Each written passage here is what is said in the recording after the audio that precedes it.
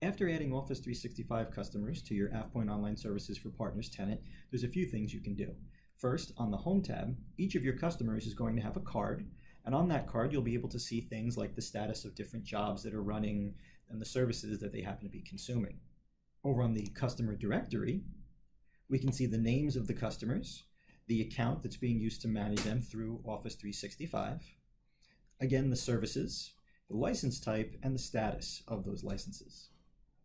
If I select an individual customer and click Edit up at the top, I can edit some of their AvePoint Online Services for Partners registration, including the name associated with that global admin account that's being used to manage them, the organization's name, and if I scroll down towards the bottom, even browse for an image. The images can be used like logos, so if you have logos for your individual customers, once I load that and click Save, if I go back out to my Home tab, we'll be able to see that logo up at the top, rather than just something that represents the first letter of their name. Back over in the customer directory, there are other things we can do as well though. For instance, accessing the customer's tenant in AvePoint Online Services.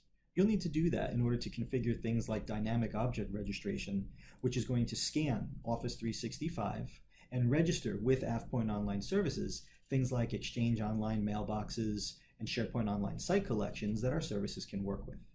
To log on to the customer's tenant, all you have to do is locate the registered account for that particular customer and click on its name. A new tab will open where you will see all the different services that are associated with that particular customer. And over on the left-hand side, all of the different configuration requirements, including things like dynamic object registration.